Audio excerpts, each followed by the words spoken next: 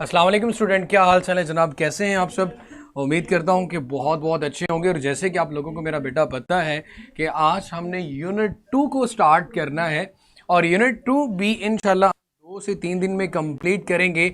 But मैं again वही बात करूंगा मेरा बेटा कि सिलेबस बिल्कुल आप लोगों के अकॉर्डिंग ही चलता है कि जैसे जैसे आप लोगों के जो इश्यूज़ हैं वो रिजॉल्व होते जाएं। डेफिनेटली मैं आप लोगों का जो फीडबैक है वो देखते ही रहते हैं कि आप लोगों को कोई ऐसे कोई इशू है या नहीं है। तो मेरा बेटा जल्दी से लाइव हो जाया करें कि आप लोगों को पता है कि 11 बजे 11:30 पे आप लोगों की जो क्लास है वो स्टार्ट हो जाती है। और इन केस कि अगर कोई टेक्निकल इशू ना आए तो ज़ाहिर सी बात है फिर टाइमली ही क्लास हम लोग लाइव करते हैं। तो मेरा बेटा जल्दी से लाइव हो जाए। उसकी सिर्फ वैल्यूज़ याद करनी थी जुनेद, वो आप लोग कर लेंगे जी। टेस्ट मेरा बेटा जो बात मैंने आप लोगों से बोली थी कि आज से इस वीक में आपका टेस्ट सेशन स्टार्ट हो चुका है, लेकिन ये चीज़ कंफर्म नहीं कि आज पहला टेस्ट किसका होगा और किसका नहीं होगा। ये कंफर्म है कि आप लोगों का जो पूरे चैप्टर का जो टेस्ट है वो होगा चैप्टर नंबर 1 के। लेकिन ड्यूरिंग द लेक्चर आप लोगों का जो टेस्ट होगा वो रेलिवेंट टू द टॉपिक होगा। लेकिन जो आप लोगों का टेस्ट सेशन होगा जिसमें आपके कंप्लीट चैप्टर्स के टेस्ट होंगे उसकी अलहदा से टाइम होगा शाम के वक्त, वो आप लोगों को बता दिया जाएगा। मेरा बेटा आप लोगों को टेस्ट स्केड्यूल मिल जाएगा, तो इसके लिए भी थोड़ा सा आपको पेशेंस रखना है। और जैसे कि आप लोगों को पता है कि अभी क्लासेस का आगाज़ हो चुका है, सारा स्टाफ आ चुका है, तो टाइमली आप लोगों को चीज़ें मिल जाएंगी, इसमें परेशान होने वाली बात नहीं है। अबू हुरैरा बेटा आपने भी बिल्कुल परेशान नहीं होना। यूनिट 1 हमने कंप्लीट किया है। यूनिट 1 के जितने भी लेक्चर्स हैं वो आपको रिकॉर्डेड फॉर्म में यहाँ पे मिल जाएंगे। आप उन रिकॉर्डेड लेक्चर्स को इजीली देख सकते हैं। आप उन रिकॉर्डेड लेक्चर्स को इजीली देख सकते हैं कि जो भी क्वेश्चन होंगे आप ड्यूरिंग द क्लास, इवन के मैसेज का ऑप्शन भी आपके पास आ रहा होता है, उससे भी पूछ सकते हैं। इनसे पूछेगा कि टेस्ट सेशन कब स्टार्ट होना है और उसकी टाइमिंग क्या है शाम के वक्त। नहीं, मिस सबा से पूछेगा। मेरे ख्याल में अब मेरा पॉइंट आप लोगों के सामने क्लियर हो गया है कि ड्यूरिंग द लेक्चर सिर्फ टॉपिक से रेलिवेंट एमसीक्यूज आया करेंगे और जो आप लोगों का टेस्ट सेशन होगा उसमें वो टॉपिक्स होंगे, वो चैप्टर्स होंगे जो आप ऑलरेडी पढ़ चुके होंगे।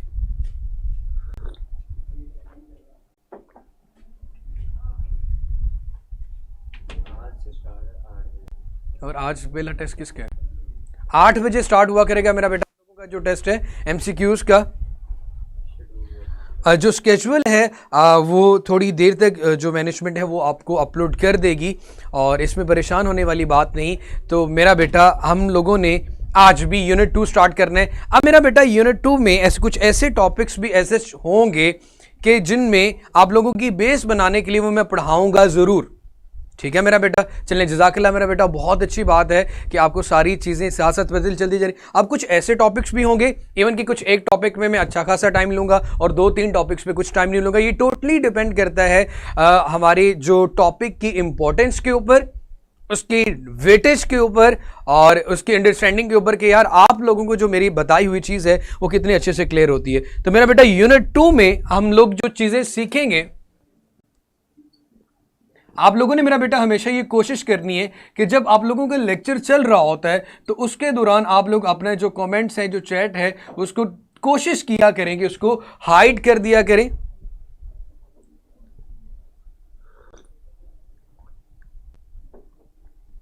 शाम 8 बजे मेरा बेटा टेस्ट हुआ करेगा, शाम 8 बजे को।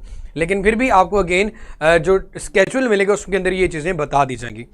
अब मेरे बेटे इस टॉपिक में या इस कंटेंट में यूनिट 2 में हमारा जो फोकस होगा जिन पॉइंट्स के ऊपर, सबसे पहले तो हम बात करेंगे डिस्प्लेसमेंट की, फिर हम बात करेंगे वेलोसिटी की,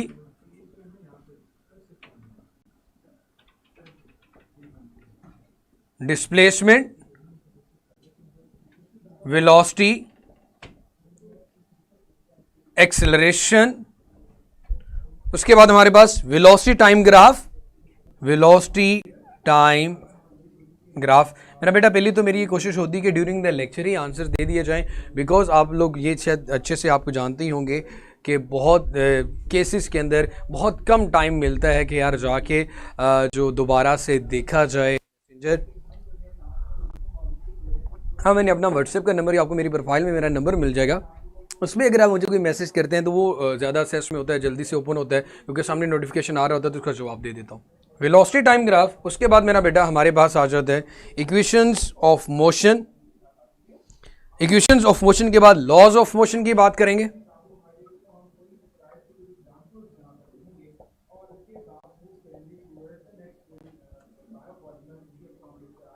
laws of motion,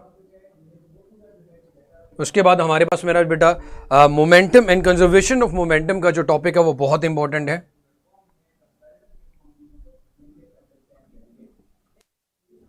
momentum and conservation of momentum. इसके अलावा मेरा बेटा हमारे पास जो इसका बहुत मशहूर जमाना टॉपिक है वो मेरे पास इंपल्स एंड प्रोजेक्टाइल मोशन क्या है।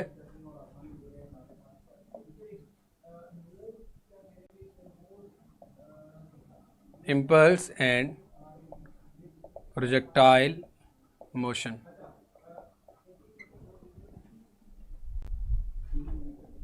जी महानूर बेटा, आपकी किस बात का आपको जवाब नहीं मिला? ये मेरे बेटे हमारे पास displacement, velocity, acceleration, velocity time graph, equations of motion, laws of motion, momentum and law conservation of momentum, then आपके पास इंपल्स एंड प्रोजेक्टाइल मोशन। मेरा बेटा अगर आपने अभी ज्वाइन किया है अलिशा बेटा तो आपको परेशान होने की कोई ज़रूरत नहीं है। जस्ट फोकस करें लेक्चर के ऊपर और जो भी टेस्ट होगा उसको सिर्फ अटेम्प्ट करें, आपको अंदाज़ा हो जाएगा। देन आप प्रीवियसली सारे लेक्चर सुन के अपने जो टॉपिक हैं उनके बारे में अच्छे से क्लियरेंस कर लें। अब अगर आप लोगों की मेरा बेटा इजाज़त हो तो हम स्टार्ट करें।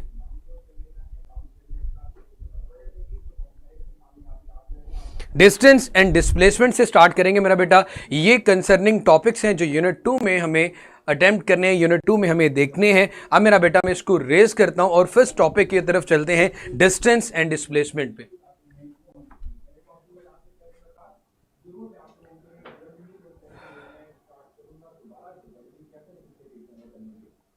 अच्छा मेरा बेटा, मैंने यही बोला है कि बहुत कम केसेस में मैं लाइव होता हूँ, मैसेंजर पे जाके देखता हूँ यहाँ से जाने के बाद, जिसकी वजह से जवाब नहीं देता। इसलिए मैंने क्या, प्रोफाइल में आप लोगों को एक व्हाट्सएप नंबर मिलेगा, वहाँ पे आप मुझे मैसेज कर सकते हैं।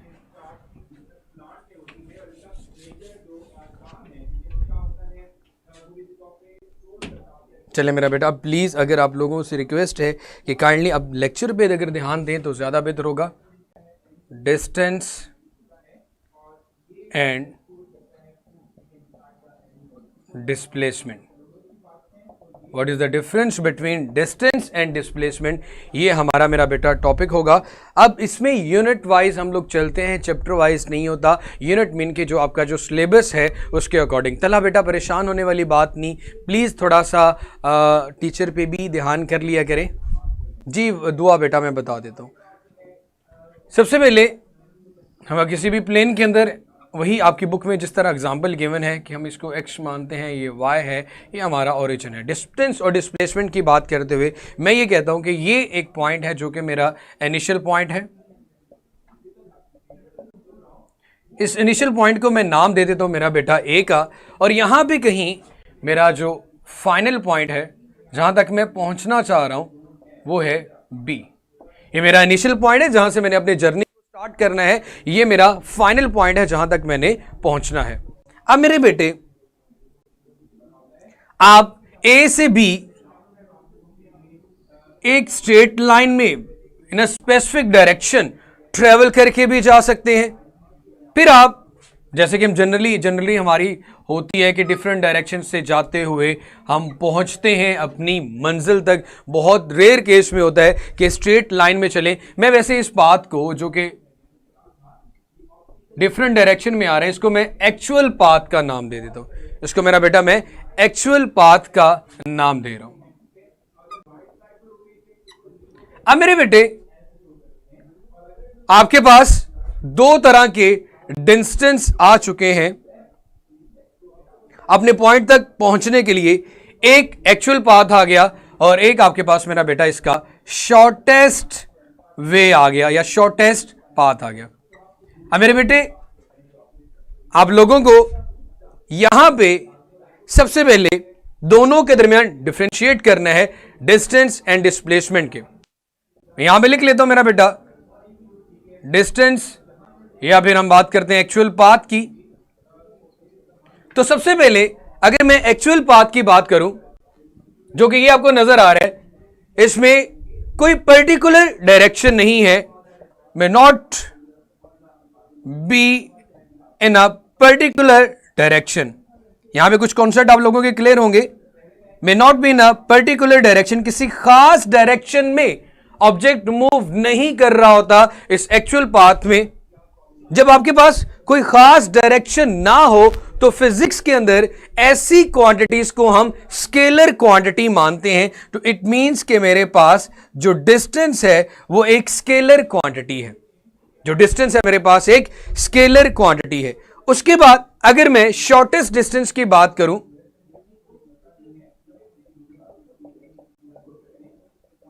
अगर मेरा बेटा मैं बात करता हूं शॉर्टेस्ट डिस्टेंस की, so if in a straight direction, अगर आप एक स्ट्रेट डायरेक्शन में मूव कर रहे हो, जब आप ऑब्जेक्ट को एक स्ट्रेट डायरेक्शन में मूव कर रहे हो, एक खास लाइन पे जा रहे हो, बज़ाहिरन ये टॉपिक बहुत आसान है। मैं ये चीज भी मानता हूं कि आप में से ऐसे बहुत से लोग होंगे जिनको ये कॉन्सेप्ट समझने में कोई इशू नहीं होगा, लेकिन रिवीजन इसलिए करवा रहा हूं कि माइट पॉसिबिलिटी है कि आपको इसमें से कुछ चीजें ना पता हो। तो मेरा ध्यान से, आपके पास शॉर्टेस्ट डायरेक्शन में आप एक खास डायरेक्शन में ट्रेवल करते हो, तो आपका जो पाथ है जब वो शॉर्टेस्ट पाथ हो जाता है, उस पाथ को या उस डिस्टेंस को, द डिस्टेंस बिकम, या फिर when your path becomes shortest path, उस वक्त जो आपका डिस्टेंस है उसको मेरा बेटा हम नाम देते हैं डिस्प्लेसमेंट का। शॉर्टेस्ट पाथ को या शॉर्टेस्ट डिस्टेंस को मेरा बेटा हम नाम देते हैं डिस्प्लेसमेंट का। अब मेरे बच्चे, इन दोनों के अगर यूनिट की बात की जाए, है तो दोनों डिस्टेंस थे, तो यूनिट भी इन दोनों का मेरा बेटा सेम आएगा। वो यूनिट हमारे पास होता है बच्चे मीटर। अब अगर इसकी मैं डायमेंशन की बात करूं, डायमेंशन में हम एल भी लेते हैं, एल भी लेते हैं, टी भी लेते हैं, लेकिन हमारे पास यहां पे सिर्फ और सिर्फ मीटर है, मतलब लेंथ मौजूद है। तो m की पावर भी 0, t की पावर भी 0 लिख के मैं इस फॉर्म में भी लिख सकता हूं, या सिर्फ और सिर्फ l भी लिख दूं, तो ये दोनों इसकी डायमेंशन इस तरह से लिखी जा सकती है।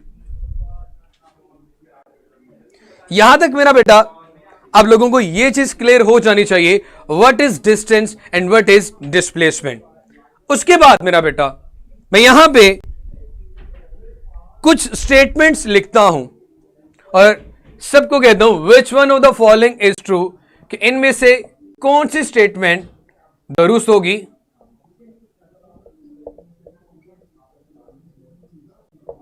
Which one of the following statement is true. मेरा बेटा मैंने आप लोगों को फिर ये बात रिपीट कर दूं कि आई नो कि आप में से बहुत से लोगों को ये टॉपिक आता होगा, लेकिन आप लोगों ने ये टॉपिक पूरा जरूर समझना है, इस टॉपिक को देखना जरूर है। इस चीज में नहीं रहना कि भाई ये तो बहुत आसान है, इसको करने की जरूरत नहीं। Each and everything need revision. मैं ये बात करता हूं मेरा बेटा कि अगर मैं डिस्टेंस को डिस्प्लेसमेंट पे डिवाइड कर दूं, अगर मैं डिस्टेंस को डिस्प्लेसमेंट पे डिवाइड कर दूं, तो मेरा जो आंसर है वो greater than or equal to 1 आएगा, greater than or equal to 1 आएगा। अब मेरा बेटा ये कैसे पॉसिबल हो सकता है? एक चीज आप लोगों को बड़े अच्छे से यहां से नजर आ रही है कि जो डिस्टेंस है उसकी लेंथ डिस्प्लेसमेंट से ज्यादा है, उसकी लेंथ डिस्प्लेसमेंट से ज्यादा है। जब डिस्टेंस की वैल्यू ज्यादा है, डिस्प्लेसमेंट की वैल्यू कम है।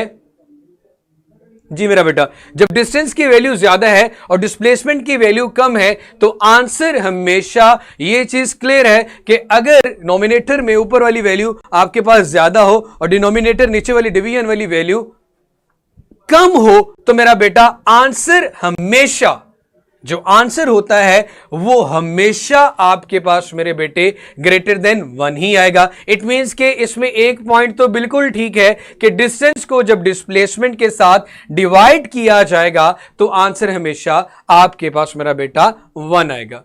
अब मेरे बच्चे हमें जिस टॉपिक के जिस पॉइंट के ऊपर मेरा बेटा बात करनी, जज़ाकल्लाह बेटा, अगर आपको समझ आना शुरू होगी यही बहुत सबसे बेस्ट है कि अब आपको समझ आना शुरू होगी। फिजिक्स की समझ आना ही सबसे आसान बात है कि जब वो चीज पॉइंट क्लियर हो जाए तब फिजिक्स मुश्किल नहीं रहती। अब मेरे बेटे सेकंड पॉइंट यहां है कि अगर ये जो लाइन है ये शो कर रही है कि जब डिस्टेंस को डिस्प्लेसमेंट पे डिवाइड किया जाए तो क्या ऐसी पॉसिबिलिटी मौजूद है कि आंसर आप लोगों का 1 है? जी डेफिनेटली ऐसी पॉसिबिलिटी मौजूद है कि लाइक अगर मैं ये बात करूं ए से बी तक ये पॉइंट है, अब है तो ये शॉर्टेस्ट डिस्टेंस ही, मैं इसको डिस्टेंस भी कह सकता हूं, मैं इसको डिस्प्लेसमेंट भी कह सकता हूं,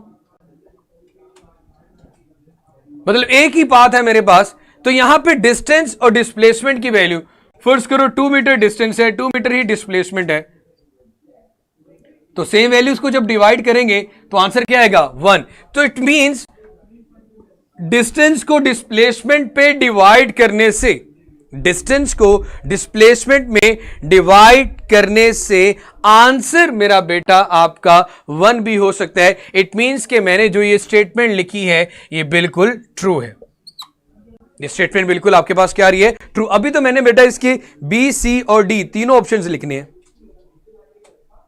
सेकंड स्टेटमेंट बड़ी मजे की है, for a moving object,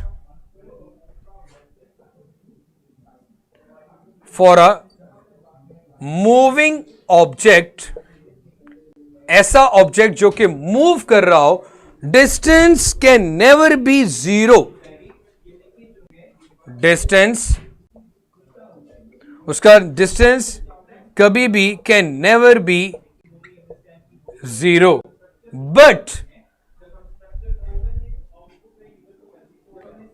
displacement can be zero, but displacement,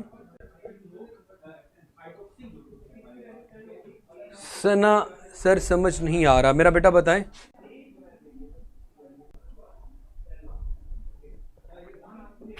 बेटा ये चीज याद रखिएगा, ये चीज याद रखिएगा कि हम डिस्टेंस को ही डिस्प्लेसमेंट कहते हैं जब आपके पास वो शॉर्टेस्ट डिस्टेंस होता है।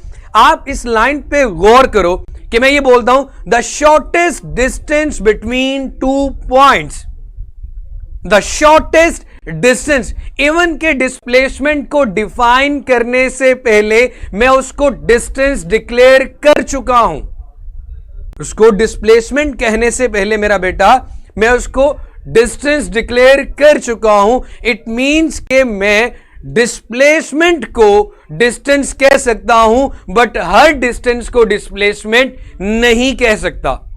जैसे कि यहां पे ए से बी तक जो डिस्प्लेसमेंट है इसको डिस्टेंस भी कहा जा सकता है because it is the shortest distance between 2 points, लेकिन इसका जो ये डिस्टेंस एक्चुअल पाथ है इसको मैं डिस्प्लेसमेंट नहीं कह सकता। तो मेरे बेटा इस पॉइंट को जहन में रखिएगा कि हर डिस्टेंस या हर डिस्प्लेसमेंट डिस्टेंस हो सकता है लेकिन हर डिस्टेंस डिस्प्लेसमेंट नहीं हो सकता। चलिए जज़ाकल्लाह, मेरा बेटा क्लियर हो गया। अब इसीलिए मैंने कहा था कि दोनों at a time straight line में डिस्टेंस और डिस्प्लेसमेंट दोनों की वैल्यू सेम हो सकती है।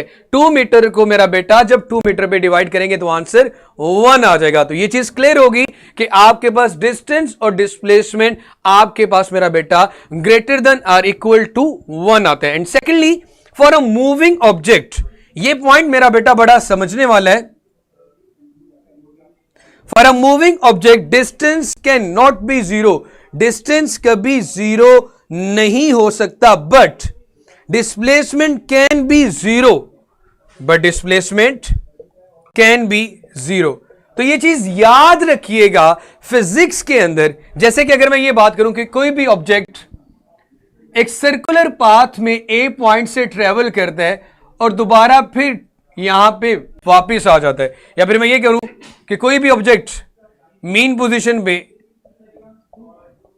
To and fro back and forth move करे अबाउट इट्स मीन पोजीशन।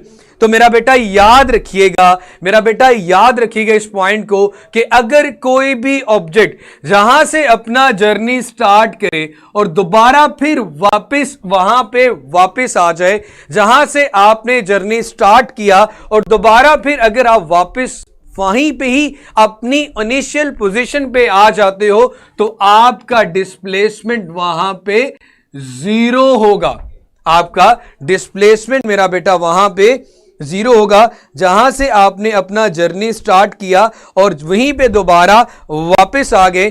तो मेरे बेटे ये चीज याद रखिएगा कि आपका जो डिस्प्लेसमेंट है वो फिजिक्स की जुबान में जीरो होगा, लेकिन डिस्टेंस जीरो नहीं होगा। डिस्प्लेसमेंट आपका जहां से स्टार्ट किया दोबारा फिर वहीं पे वापस आ गए तो डिस्प्लेसमेंट, क्योंकि आप लोगों ने अपनी फिजिक्स की बुक में ये डेफिनेशन मेरे बच्चे बड़े अच्छे से पढ़ी हुई थी कि आपके पास displacement is a change in position, उसको मेरा बेटा हम लोग नाम देते हैं डिस्प्लेसमेंट का। लेकिन अगर आपकी पोजीशन में चेंज नहीं हुआ, आप उसी इनिशियल पोजीशन पर ही हो, तो आप लोगों का मेरा बेटा जो डिस्प्लेसमेंट होगा वो जीरो होगा। अगर कोई ऑब्जेक्ट अपनी पोजीशन चेंज करता है with respect to the other, it means कि उसका डिस्प्लेसमेंट कवर हुआ। लेकिन अगर वो ऑब्जेक्ट अपनी ओरिजिनल पोजीशन वापिस आ जाता है, इट मींस कि उसका जो डिस्प्लेसमेंट है वो जीरो है, बट डिस्टेंस जीरो नहीं होगा। तो इट मींस कि जो सेकंड स्टेटमेंट मैंने लिखी है वो भी बिल्कुल ठीक है। उसके बाद मेरा बेटा हम बात करते हैं डिस्टेंस ओवर डिस्प्लेसमेंट। डिस्टेंस को जब डिस्प्लेसमेंट पे डिवाइड किया जाए मैं लिख सकता हूं can not be less than 1। उसका आंसर लेस देन 1 नहीं हो सकता, क्योंकि जाहिर सी बात है नहीं हो सकता, क्योंकि डिस्टेंस की वैल्यू हमेशा ज्यादा होती है जबकि डिस्प्लेसमेंट की वैल्यू कम हो सकती है। 1 हो सकता है, 1 से कम नहीं हो सकता। यह बात पहले भी हो चुकी थी। इट मींस कि मेरे पास जो सी स्टेटमेंट है वो भी बिल्कुल करेक्ट है, बिल्कुल ठीक है। जज़ाकल्लाह मेरा बेटा। उसके बाद अगर मेरे बच्चे मैं बात कर अपने ऑप्शन डी की, तो डी में मैं लिख सकता हूं कि ऑल और करेक्ट, मतलब डी ऑप्शन हमारा आंसर होगा कि तीनों स्टेटमेंट्स आपके पास जो गिवन थी वो ट्रू थी और तीनों स्टेटमेंट में हमने अलग अलग चीजें डिराइव कर ली। अब मेरा बेटा एक आंसर, एक एमसीक्यूज आप लोगों के सामने लिखता हूं। आप लोग मेरा बेटा काइंडली इसका जो स्क्रीनशॉट वगैरह है लेना है तो आप लोग ले सकते हैं। तो उसके बाद में मेरा बेटा एमसीक्यूज की बात करता हूं। क्या हाल चाल है, ठीक है आप?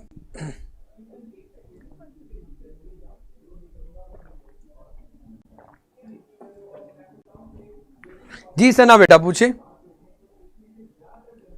किस पॉइंट की समझ नहीं आई? जी महानूर बेटा, माइंड क्यों करना है मेरा बेटा, पूछो क्वेश्चन।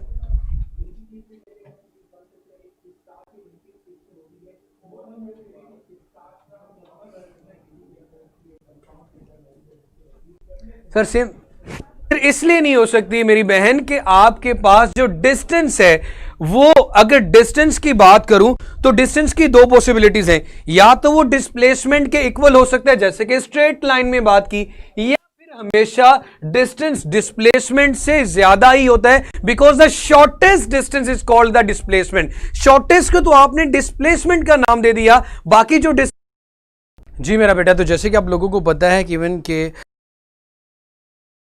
टेक्निकल इशू की वजह से कुछ देर के लिए जो आपका लेक्चर है वो रुक चुका था। जी ये सिस्टम में एरर आ गया था जिसकी वजह से मेरा बेटा आप लोगों की वीडियो नहीं चल रही थी। अब होपफुली आप लोगों के सामने लेक्चर स्टार्ट हो चुका होगा। तो ये चीज़ें अगर ड्यूरिंग द लेक्चर होती हैं तो आप लोगों को पता होना चाहिए कि जब भी हमारे सिस्टम में एरर होता है वो इंसान के बस की बात नहीं होती। तो इसमें मेरा बेटा थोड़ा सब्र करना होता आप लोगों ने। सो क्वेश्चन मेरा ये था मेरा बेटा, for a simple harmonic oscillator of amplitude A for a simple harmonic oscillator, amplitude जो उसका गिवन है maximum displacement from its mean position, वो हमारे पास मेरा बेटा ए है. The distance and displacement covered in complete period of time is, the distance and displacement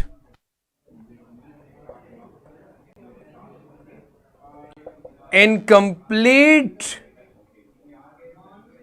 period of time is. मेरा बेटा आप लोगों ने जो चीज बतानी है, आप लोगों ने जो चीज यहां पे क्लियर करनी है मेरा बेटा, वो ये है कि अगर सिंपल हार्मोनिक ऑसिलेटर जिसका एम्पलीट्यूड आपके पास मेरा बेटा ए है, अगर उसका एम्पलीट्यूड ए है तो एक कंप्लीट वाइब्रेशन के बाद, एक मुकम्मल चक्कर करने के बाद, एक कंप्लीट रेवोल्यूशन के बाद मेरा बेटा आप लोगों को पता है कि जब भी कोई ऑब्जेक्ट, हाँ यहां पे सिंपल हार्मोनिक ऑसिलेटर की बात की जा रही है, ये उसकी मीन पोजीशन ओ है, ये एक्सट्रीम पोजीशन ए है, ये बी है. उन्होंने आपको जो एम्पलीट्यूड बताया है मेरा बेटा वो ए बताया है. अब वो आपको बड़े अच्छे से पता होना चाहिए कि कंप्लीट साइकिल ओ से ए से ओ से बी और दोबारा फिर ओ पे जाना है. इट मींस कि जो टोटल डिस्टेंस एक ऑब्जेक्ट अपनी मीन पोजीशन के अराउंड टोटल डिस्टेंस कवर करता है, वो मेरा बेटा आपके पास 4a है. एक मुकम्मल साइकिल में चाहे कि सिंपल पेंडुलम की एग्जांपल भी ली जाए तो आपके पास जो टोटल डिस्टेंस होता है मेरा बेटा वो 4a होता है. लेकिन हमें डिस्टेंस के साथ साथ जो सेकंड चीज बतानी है वो मेरा बेटा डिस्प्लेसमेंट भी है. पहले डिस्टेंस जिसका आंसर मेरे पास 4a आ गया.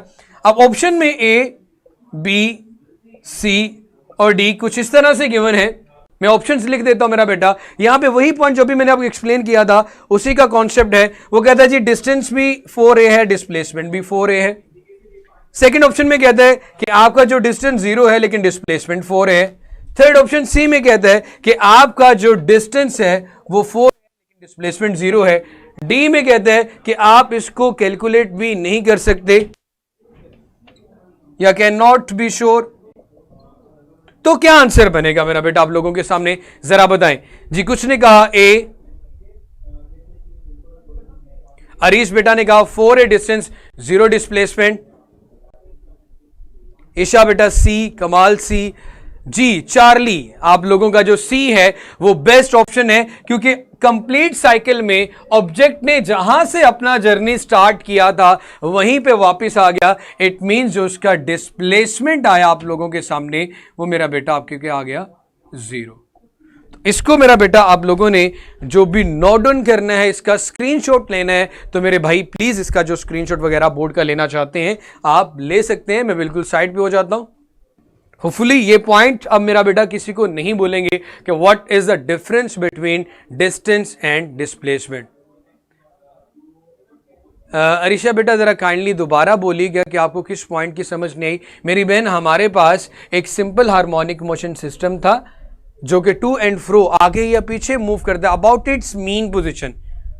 तो अगर उसका डिस्टेंस यहां से यहां तक a हो तो जब वो यहां से यहां पे जाएगा फिर वापस इधर, फिर इधर और फिर इधर, एक चक्कर मुकम्मल करने में a plus a 2a plus 3a plus 4a 4a का डिस्टेंस कवर करता है. तो डिस्टेंस आ गया आपके पास 4a.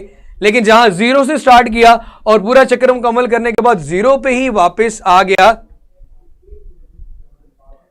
कि आपके पास जो डिस्प्लेसमेंट है मेरे बेटे वो भी 0 हो गया. हाँ ये जो चीजें अभी आप बता रहे हैं कि आप लोगों का जो क्लियर हो चुका है एक एक पॉइंट, तो आप लोगों ने मेरा बेटा जैसे लेक्चर एंड होता है तो उस फीडबैक में भी आपने यही चीजें मेंशन करनी होती है कि आपका जो लेक्चर था वो कैसा रहा. चले मेरा बेटा, अब अगर आप ये चीज पॉइंट क्लियर हो चुके हैं तो मैं छोटी सी बात आगे करना चाहता हूं स्पीड और वेलोसिटी की. तो आप इसका जो स्क्रीनशॉट लेना चाहते हैं मेरे बेटे वो ले लें और ताकि मैं दोबारा से इसको एक्सप्लेन. इसमें हमने दो एमसीक्यूज को भी डिस्कस किया और इसके दरमियान जितनी भी इसकी डायमेंशन भी हो चुकी है, डिस्टेंस और डिस्प्लेसमेंट में कंप्लीट डिफरेंस भी हो चुका है.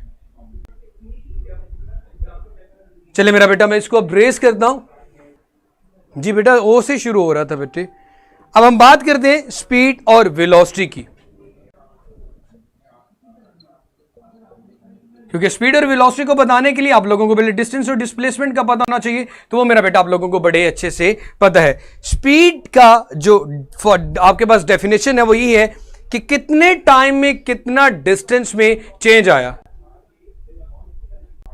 जी मेरा बेटा, लेक्चर के बाद आप लोगों का जो स्केड्यूल है वो आज के दिन में अपलोड हो जाएगा, परेशान होने वाली बात नहीं है। Rate of change of distance with respect to time, क्या?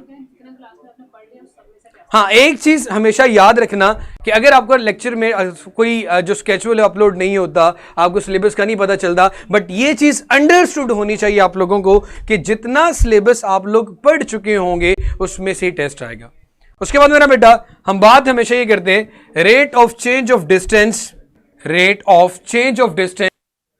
With respect to time.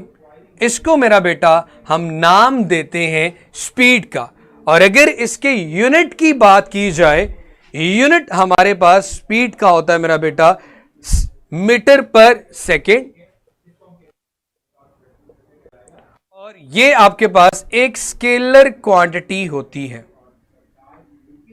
क्योंकि बात यहां पे जिसकी की जा रही है वो स्पीड है like distance over time. Distance यहां ए से बी तक जाते हुए कितने टाइम में आपने ये डिस्टेंस कवर किया, इस चीज को मेरा बेटा हम नाम देते हैं स्पीड का। मेरा बेटा हमेशा लेक्चर के एंड पे ही ये चीज होती है। उसके बाद सना बेटे, अगर आपका ये इशू होता है कि नोट नहीं होता या जो भी है, तो मेरी बहन आपके पास ऑप्शन होती है कि रिकॉर्डेड लेक्चर में जाके उसको पॉज करके उसके बाद उसका स्क्रीनशॉट भी लिया जा सकता है, इसमें कोई इशू नहीं है। उसके बाद मेरा बेटा अगर वेलोसिटी की बात करें तो यहां पे हम ये कहते हैं rate of change and displacement with respect to time. इसको मेरा बेटा हम नाम देते हैं वेलोसिटी का। और वेलोसिटी का यूनिट भी आपके पास क्या होता है मेरा बेटा? मीटर पर सेकेंड। और ये एक वेक्टर क्वांटिटी है।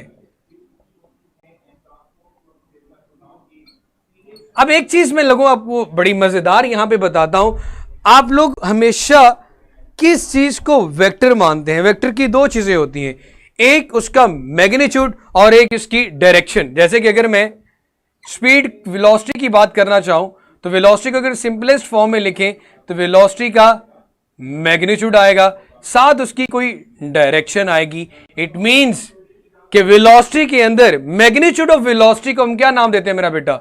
स्पीड का मैग्नीट्यूड। अब ये पॉइंट कंफ्यूज कर सकता है, मैं दोबारा से ये चीज बताता हूं, ध्यान से सुनिएगा कि जब ए से बी तक स्ट्रेट लाइन में आप गए तो वही स्पीड आपकी वेलोसिटी कहलाती है। लेकिन अगर ए से बी तक आपने डिस्टेंस कवर किया है तो आपकी स्पीड कहलाएगी। जैसे कि ए से बी तक शॉर्टेस्ट डिस्टेंस को डिस्प्लेसमेंट कहते थे, इसी तरह ए से बी तक शॉर्टेस्ट डिस्टेंस पे ट्रेवल करते हुए कितने टाइम में आपने ट्रेवल किया, उसी स्पीड को हम वेलोसिटी का नाम देते हैं। ये देख ले मेरा बेटा, आपके सामने हमजा साहब का कमेंट है, लेक्चर के 40 minutes up on a small topic.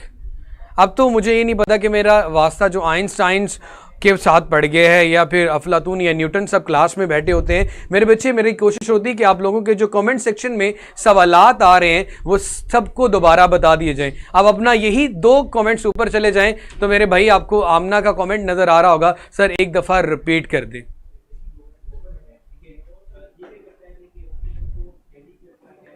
सो मेरा बेटा, मेरी कोशिश होती है कि सबके क्वेश्चंस के आंसर दे दिए जाएं। तो वेरी सॉरी कि बहुत जो हमारे टॉपर बच्चे होते हैं उनको ज़रा टाइम वेस्ट हो रहा होता है। तो मैंने ये लेक्चर के स्टार्ट में कहा था कि मेरा बेटा थोड़ा सा उसने व्हाट इज डिफरेंस बिटवीन, लो जी मेरी बहन, बेटा डिस्प्लेसमेंट में चेंज सना बेटे, एक जगह से दूसरी जगह जाते हुए कितने टाइम में आपने वो डिस्प्लेसमेंट कवर किया, उसको हम वेलोसिटी का नाम देते हैं। And these are the basic questions बेटे। अब अगली मैं लाइन ये लिखना चाह रहा था कि जब किसी वेक्टर की बात की जाती है, वेक्टर का मतलब क्या होता है, वेक्टर का मैग्नीट्यूड होता है और उसकी डायरेक्शन होती है। ये डेफिनेशन तो मेरा आप सबको पता होगी। तो मैं ये कह रहा था कि जिस तरह हर डिस्प्लेसमेंट में डिस्टेंस मौजूद है, इसी तरह हर वेलोसिटी में स्पीड मौजूद है। जब स्ट्रेट लाइन में डिस्प्लेसमेंट कवर हो रहा हो तो डिस्प्लेसमेंट में change with respect to time is called velocity. अब मेरा बेटा बड़ी एक मजेदार लाइन लिखने लगा हूं और इसकी प्रूफ की बात भी करेंगे। An object have variable velocity. चले मेरा बेटा, आप लोगों के सामने एक टेस्ट शो हो चुका है, इस टेस्ट को अटेम्प्ट कर लीजिएगा। एक्चुअली मैं लेक्चर के एंड तक आप लोगों को ग्राफ्स बताना भी चाह रहा था, बट अनफॉर्चुनेटली आज क्लास में टेक्निकल इशू की वजह से वहां तक नहीं पहुंच पाए, जिसकी वजह से यहाँ पे 1 से 2 ऐसे क्वेश्चंस हो जाएंगे जो कि ग्राफ से रेलिवेंट है, जो भी आप लोगों ने नहीं किया। तो इस चीज़ को ज़रा दिल पे ना लेना, वो बात अभी हमारी इसके नेक्स्ट टॉपिक में वही होनी थी, बट अनफॉर्चुनेटली ये इशू आ गया कि आप लोगों का जो टाइम है वो जल्दी एंड हो चुका है। तो मेरा बेटा, मैं एक चीज़ आप लोगों को बार बार क्लियर कर रहा हूँ कि आप लोगों ने इस चीज़ में परेशान नहीं होना कि लेक्चर के टाइम में ये हो गया। ये सारी चीज़ें क्लियर करवाना हमारी रिस्पॉन्सिबिलिटी होती है, हमारे पे डिपेंड होता है। तो इसलिए मेरा बेटा, जो चीज़ें हमारे एंड पे हमें रहने दें। आपको जो काम दिया जाता है, जो पढ़ाया जाता है, आप उसकी प्रैक्टिस बार बार किया करें। मैंने आपको बता दिया था कि अभी लेक्चर एंड होना, तो वो बाय मिस्टेक सरफरान ने दूसरी क्लास का टेस्ट स्टार्ट करना था, तो आप लोगों का भी साथ ही हो गया। अभी मैं ग्राफ्स को डिस्कस ही करने वाला था, लेकिन फिर भी देख लेते हैं। 3/5 0/5 वाला यार काम ख़राब है, बाकी 3/5 तो ठीक है, समझ में आता है कि कुछ टॉपिक्स अभी मैंने बताने थे। मैं आपको बताऊं कि इवन यहाँ पे इस यूनिट 2 के अंदर आपका एक टॉपिक है प्रोजेक्टाइल मोशन का। वो अगेन प्रोजेक्टाइल मोशन और कंजर्वेशन मोमेंटम का, वो एटलीस्ट अगर 1.5-2 घंटे के लेक्चर्स में कवर होगा। उसमें कितनी वर्सटैलिटी है, कितनी चीज़ें हैं, ये सारी आप लोगों को पता चल जाएंगी। तो अगेन मैं वही चीज़ करूँगा मेरा बेटा कि आप लोगों ने परेशान इसमें नहीं होना। जुनेद साहब, बिल्कुल सही फरमाया आपने। टेस्ट को तो खैर बकवास नहीं कह सकते, आपने जो फजूल बात क्लास में कर दी है। मैं अगेन ये चीज़ क्लियर कर दूं मेरा बेटा, अपनी औकात में रहने की कोशिश किया करें। क्लास में लिखते हुए, बोलते हुए ऐसे लफ्ज़ बोले करें कि आप अपने टीचर के सामने बात कर रहे होते हैं। इसलिए मेरा बेटा, मैंने अगेन वही चीज़ बताई कि वो टेस्ट बाय मिस्टेक पहले स्टार्ट हो चुका था। वो 2 टॉपिक्स अभी हम लोगों ने दोबारा से रिपीट करने थे, इसलिए मेरा बेटा वो आपको MCQs ऐड वो वाले मिल गए। इसलिए मेरा बेटा ज़्यादा, जी मेरा बेटा, ज़ाहिर सी बात है कल ज़्यादा होगा, और कल मेरी यही कोशिश होगी कि आपका तकरीबन 80% का ये जो टॉपिक है वो क्लियर हो जाए। तो लेकिन मेरा बेटा जी, ये चीज़ याद रखना, जिस तरह अभी एक भाई साहब ने बात की थी, वो दोबारा बात नहीं होनी चाहिए इस तरह से। ये चीज़ देखा करें, you are in the classroom and behave like the student. आप लोगों ने मेरा बेटा इससे पहले डॉक्टर बनना है, लेकिन डॉक्टर बनने से पहले मेरे बच्चे, आप लोगों को ये चीज़ क्लियर होनी चाहिए कि आपको इंसान भी बनना है। तो उसके लिए इंसान की ज़िंदगी में एथिक्स होना बहुत ज़रूरी है कि आप टीचर के सामने बात कैसे करते हो, अपने पेरेंट्स के सामने बात कैसे करते हो, बड़ों के सामने कैसे बात करते हो। गुस्से में सबसे पहले इंपॉर्टेंट होता है कि आप गुस्से में कैसे बिहेव करते हो। तो प्लीज़ मेरा बेटा जी, अब मेरा बेटा तलहा साहब ने जो फरमाया, सर जो हो गया सो हो गया, इसको एक्सप्लेन कर दें। तो ये वाला पॉइंट जो मैं करना चाह रहा हूँ, an object can have a variable velocity with uniform speed.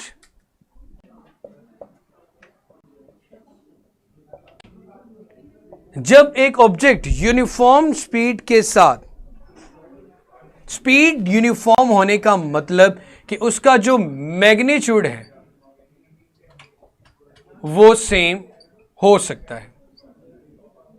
लेकिन जब कोई ऑब्जेक्ट सर्कुलर पाथ में मूव कर रहा हो, जैसे कि अगर मैं इसकी स्पीड की बात करूं, स्ट्रेट लाइन में टेंजेंट ड्रॉ करता हूं, यहां पे स्पीड की बात करूं, स्ट्रेट लाइन में टेंजेंट ड्रॉ करूंगा, यहां पे वेलोसिटी की बात करूं तो टेंजेंट ड्रॉ करना पड़ेगा। लेकिन अब चीज देखो कि सर्कुलर पाथ में मूव करते हुए, सर्कुलर पाथ में मूव करते हुए एक चीज याद रखना, डायरेक्शन लम्हा बा लम्हा चेंज होती है। डायरेक्शन लम्हा ब लम्हा चेंज हो रही है। जब डायरेक्शन चेंज हो रही है बार बार, इट मींस कि उसकी वेलोसिटी वेरिएबल है। वेलोसिटी एक वेक्टर क्वांटिटी है और वेक्टर क्वांटिटी तब सेम हो सकती है, कांस्टेंट हो सकती है, जब उसका मैग्नीट्यूड प्लस डायरेक्शन दोनों सेम होंगे एट अ टाइम, तब आप उसको कहोगे कि वो कांस्टेंट है, एक जैसा है। लेकिन सर्कुलर पाथ में मूव करते हुए, सर्कुलर पाथ में जब ऑब्जेक्ट मूव कर रहा होता है तो उसकी जो वेलोसिटी है at every moment change is direction and change its velocity. Her moment में उसकी डायरेक्शन चेंज हो रही है, जिसकी वजह से जो आपकी वेलोसिटी है वो चेंज हो रही है, but speed being scalar remain same because the speed is just the magnitude of the velocity. It's just the magnitude of the velocity। मतलब 40 पे तो ऑब्जेक्ट मूव कर रहा है पूरे सर्कल में, लेकिन बार बार गाड़ी की डायरेक्शन चेंज होने की वजह से उसकी वेलोसिटी चेंज जो सेम नहीं हो सकती। वेलोसिटी तब सेम होती जब डायरेक्शन भी सेम होती। लेकिन सर्कुलर पाथ में मूव हुए ऑब्जेक्ट की वेलोसिटी लम्हा बा लम्हा इसलिए चेंज हो रही है क्योंकि हर पॉइंट पे उसकी डायरेक्शन में चेंज आ रहा है। और जब ऑब्जेक्ट की डायरेक्शन में चेंज आ रहा हो तो उसकी वेलोसिटी कभी भी सेम नहीं हो सकती, because velocity is a vector quantity. उसको सेम होने के लिए दो चीजों का सेम होना जरूरी है, magnitude and direction. Magnitude and direction. तो ये मेरा बेटा हमारा इससे रेलिवेंट क्वेश्चन था। नेक्स्ट कोई टॉपिक कल ही स्टार्ट करूंगा, और जो लोग न्यू है मेरा बेटा उन लोगों से यही रिक्वेस्ट है कि जितने प्रीवियस लेक्चर्स हैं वो टाइम निकाल कर उन लेक्चर्स को जरूर देखा करें। शांजा बेटे आपका जो पॉइंट नहीं है क्लियर तो मेरे बेटा वो पूछ लें।